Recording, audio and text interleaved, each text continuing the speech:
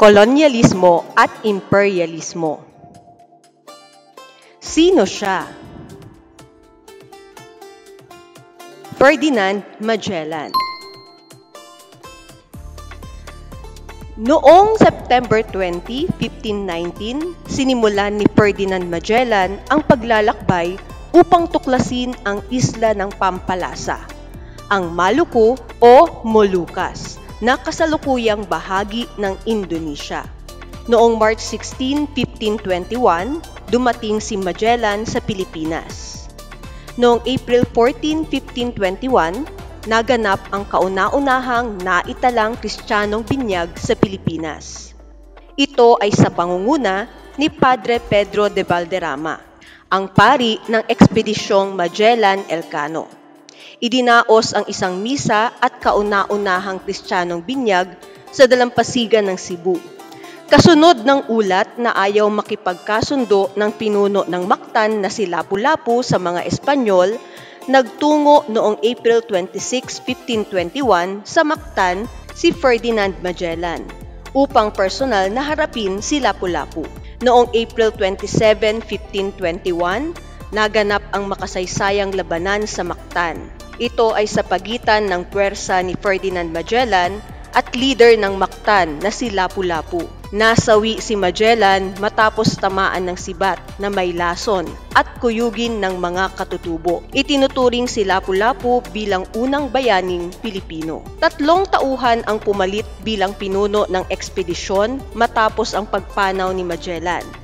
Si Duarte Barbosa na nasawi sa Cebu, si Juan Carvalho na nag-utos wasakin ng barkong Concepcion at kalaunay naalis sa pagkapinuno, at si Gonzalo Gomez de Espinosa. 2 barko na lamang ang nagawang makarating sa Moluccas.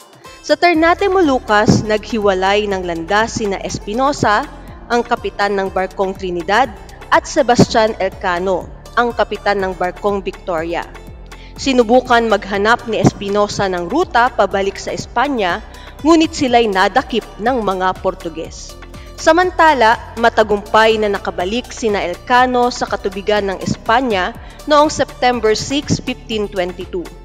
Ang barkong Victoria ang tanging barko ng Magellan-Elcano Expedition na nagawang maikot ang mundo. Tanging 18 mula sa 245 na orihinal na tauhan ng ekspedisyon ang nagawang bumalik sa Espanya. Ang Magellan-Elcano Expedition ang siyang maituturing na kauna-unahang matagumpay na paglibot sa buong daigdig sa pamamagitan ng paglalayag o circumnavigation. Napatunayan din ng paglalakbay na bilog ang mundo. Paano nga ba nakarating sina Magellan sa Pilipinas? Paano nakarating ang mga Europeo sa Timog Silangang Asya? Bakit maraming naghahangad na masakop ang Moluccas? Moluccas, tinatawag ding Maluku, kilala bilang Spice Island. Mataas ang paghahangad at pangangailangan ng mga kanluranin sa mga pampalasa, tulad ng nutmeg, cloves at mace, cinnamon, pepper. Nais marating ng mga kanluranin upang makontrol ang kalakalan ng mga pampalasa. Halos kasing halaga ang pampalasa ng ginto. Bukod sa pampalasa sa mga pagkain, ang spices ay ginagamit din ng mga kanluranin upang mapreserba ang mga karne. Ginagamit din nila ito para sa kanilang mga pabango, cosmetics at medisina. Alam nyo ba na bago ang pagtuklas at pananakop ay may ugnayan ng nagaganap sa mga Europeo at mga Asyano? Nagsimula ang ugnayang ito sa pamamagitan ng palitan ng kalakal sa mga Asyano at Europeyong mga ngalakal.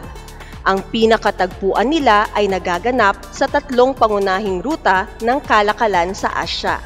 Una, ang hilagang ruta na nagsisimula sa China at binabagtas ang mga disyerto ng Samarkand at Bukhara. Tinatawid ang Caspian Sea at Black Sea at nagtatapos sa lungsod ng Constantinople. Pangalawa, ang gitnang ruta. Mula sa India, ang mga kalakal ay dinadala ng mga sasakyang pandagat hanggang Ormuz sa Golpo ng Persia. Mula rito, ang mga kalakal ay inihahatid sa pamamagitan ng mga kamelyong naglalakbay patungo sa mga lungsod ng Antioch, Aleppo at Damascus.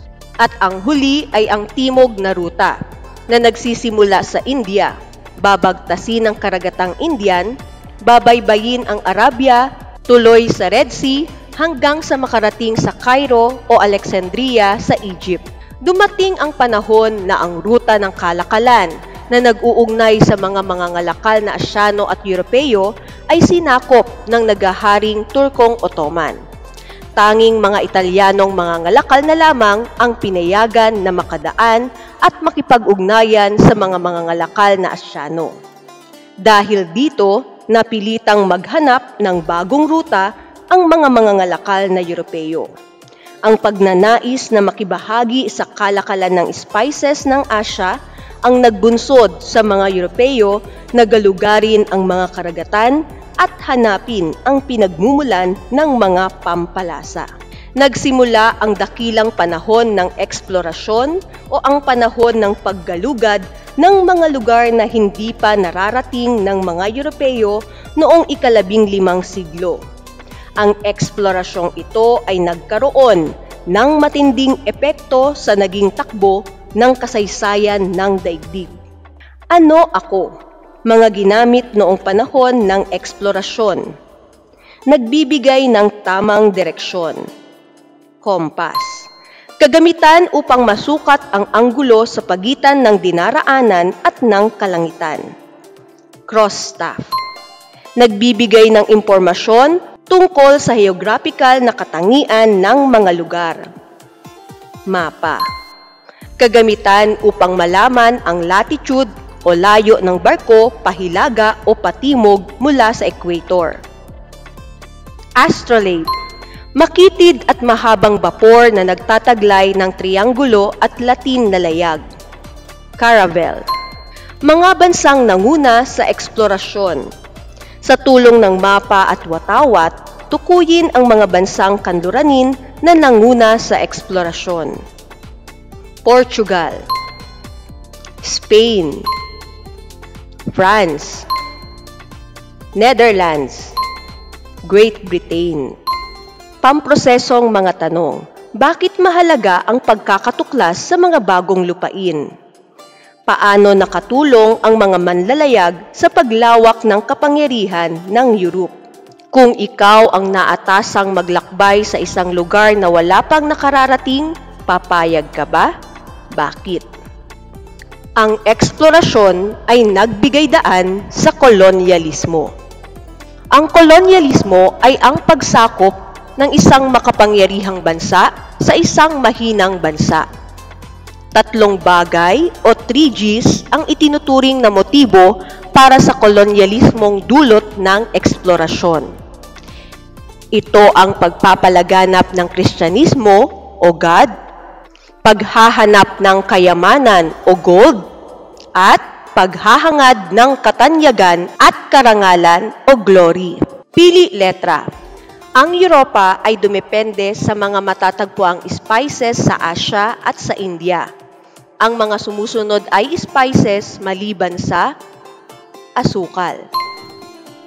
Ang mga spices na natagpuan ng mga Europeo sa Asya ay ginagamit nila sa kanilang pagpreserba sa kanilang mga karne.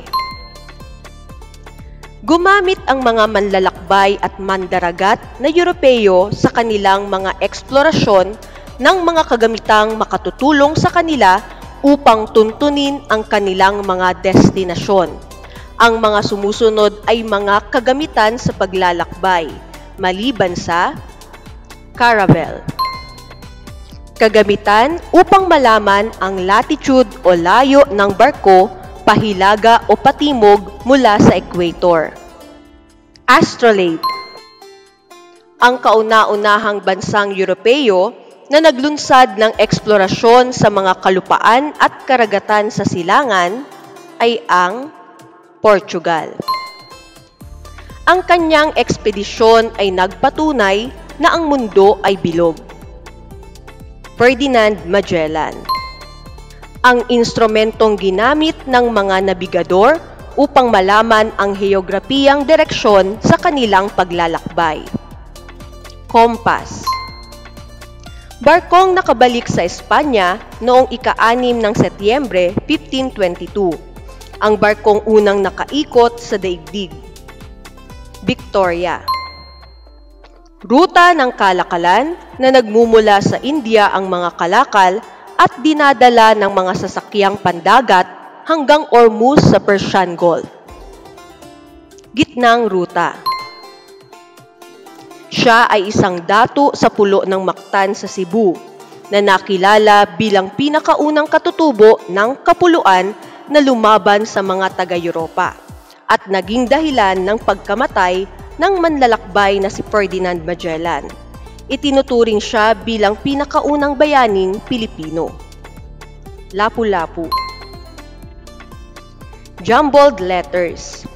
Ito ang mga unang uri ng mga sasakyang pandagat na ginamit ng mga Portuges at Espanyol noong ika-14 hanggang ika-15 siglo. Caravel. Ginagamit ito bilang pampalasa sa mga pagkain at mapreserba ang mga karne. Spices.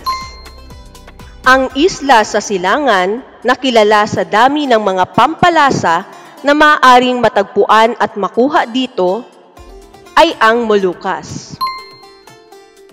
Ruta ng kalakalan na nagsisimula sa China at nagtatapos sa lungsod ng Constantinople. Hilagang ruta. Tatlong bagay na itinuturing na motibo ng kolonyalismong dulot ng eksplorasyon. God, gold, glory. Tunay na motibo sa pagpunta ng mga Europeo sa Asya. Sa pagsusuri, nakita na ang pangunahing layunin sa pagsikap makapunta ng mga Europeo sa Asya ay pang-ekonomiya. Kung nagpalaganap man sila ng relihiyon, ito ay pumapangalawang layunin lamang.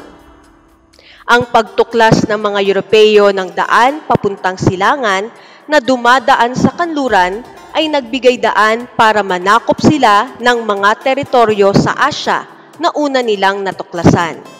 Nagawa nila ito sapagkat mas superior ang kanilang mga armas, gaya ng kanyon at baril, kaya't kahit sila ay kakaunti, kayang-kaya nilang manlupig ng maraming katutubo.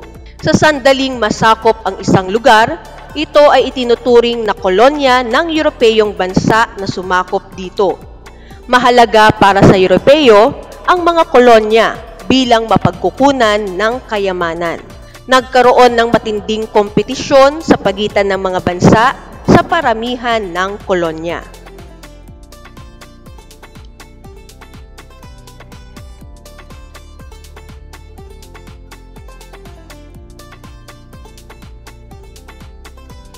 Iugnay natin. Pag-ugnayin ang mga salita upang mabuo ang konsepto ng kolonyalismo. Ang kolonyalismo ay isang patakaran ng isang bansa na mamamahala ng mga sinakop upang makagamit ng likas na yaman ng mga sinakop para sa sariling interes. Ito ay nagmula sa salitang Latin na colonus, na ang ibig sabihin ay magsasaka. Ito ay mauugat sa kaugalian ng kolonyalismo na kadalasang nagsasangkot ng paglipat ng populasyon sa isang bagong teritoryo, kung saan ang mga dumating ay nanirahan bilang mga permanenteng maninirahan habang pinapanatili ang pampulitikang katapatan sa kanilang bansang pinagmulan. Kadalasan, ang una nilang ginagawa ay pakikipagkaibigan at pakikipagkalakalan. Kapag nakuha na nila ang loob, ay sa kanila isa sa katuparan ang tunay nilang hangarin na pagsamantalahan at pakinabangan ng husto ang likas na yaman ng kolonya. Magtatatag ng pamahalaang kolonyal at magtatakda ng paniningil ng buwis at magsasagawa ng mga batas na makabubuti sa mga mananakop. Sa madaling salita, ito ang pagsakop sa isang bansa at pagkaroon ng kapangyarihang politikal sa lugar na ito. Ang tawag sa bansang sinakop ay kolonya, Ang tawag sa mananakop ay kolonyalista. Mga layunin ng kolonyalismo: pangkabuhayan, upang mapalawak ang industriya at kalakalan ng mananakop na bansa at matamasa ang hilaw na yaman ng nasakop na teritoryo. Pangrelihiyon, upang palaganapin ang paniniwala ng mga Europeo sa iisang Diyos. Ang Kristyanismo ang naging bandila ng pananakop ng mga bansang Europeo na magbibigay daan para kontrolin ang isip at damdamin ng nasasakupang bayan. Pagpapalawak ng kapangyarihan upang makapagtatag ng base militar at malawakang kolonya. Iugnay natin.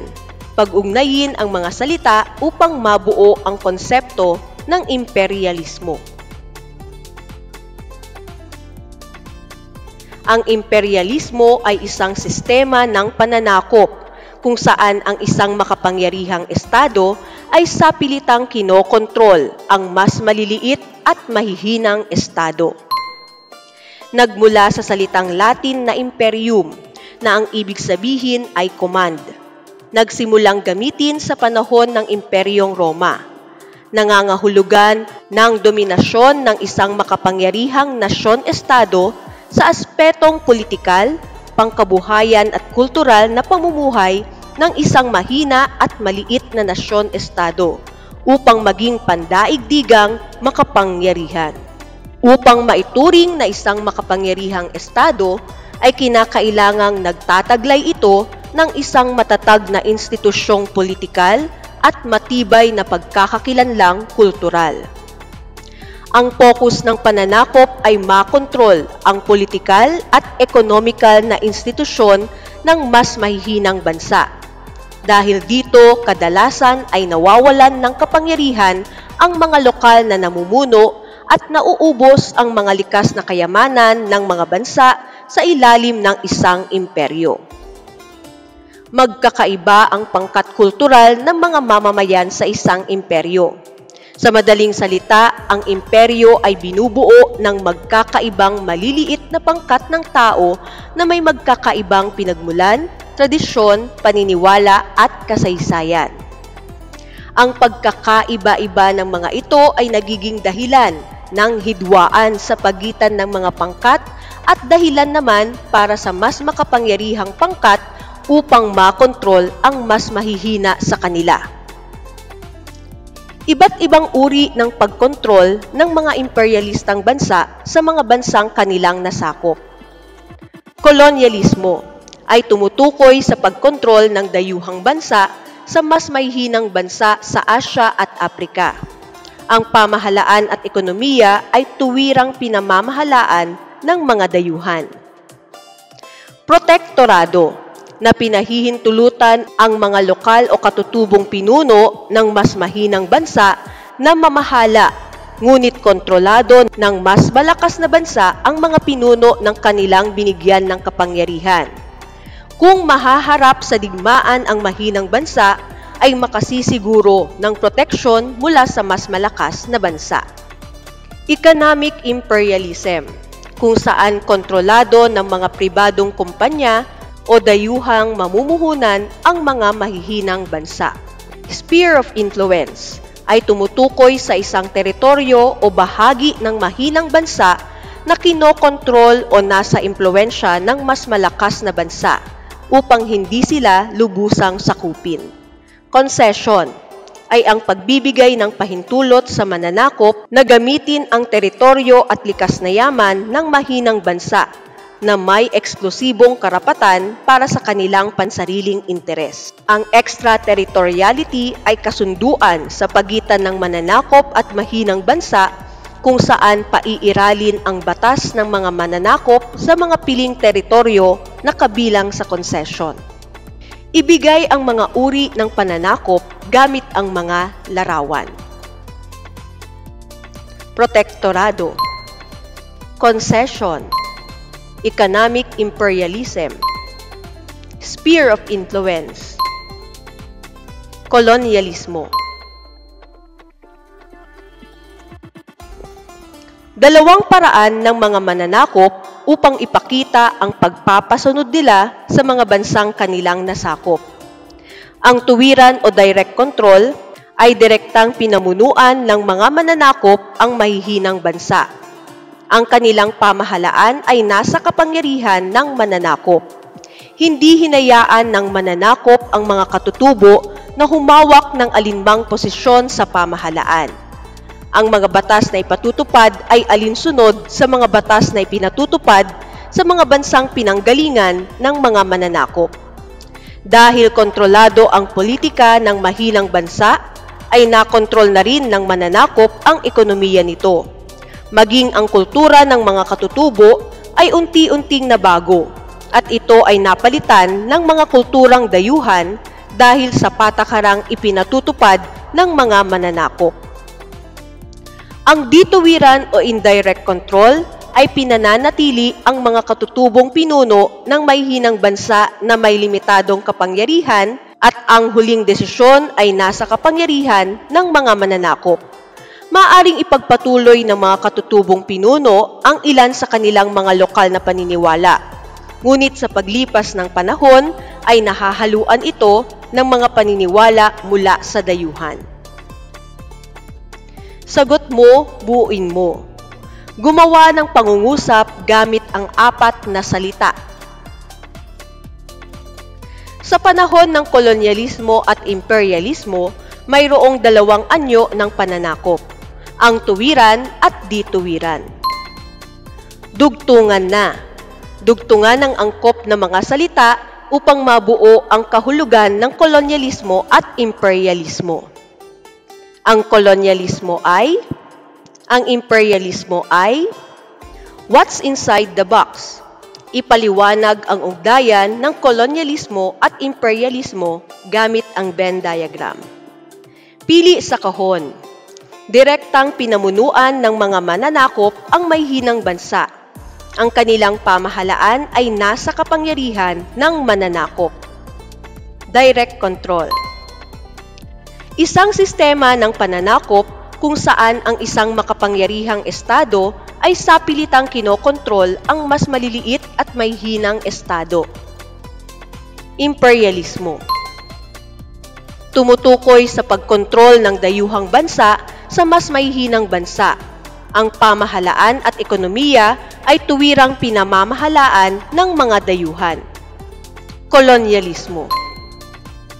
Pinahihintulutan ang mga lokal o katutubong pinuno ng mas mahinang bansa na mamahala, ngunit kontrolado ng mas malakas na bansa ang mga pinuno na kanilang binigyan ng kapangyarihan. Protektorado. Tumutukoy sa isang teritoryo o bahagi ng mahinang bansa na kinokontrol o nasa impluwensya ng mas malakas na bansa upang hindi sila lubusang sakupin. Sphere of influence.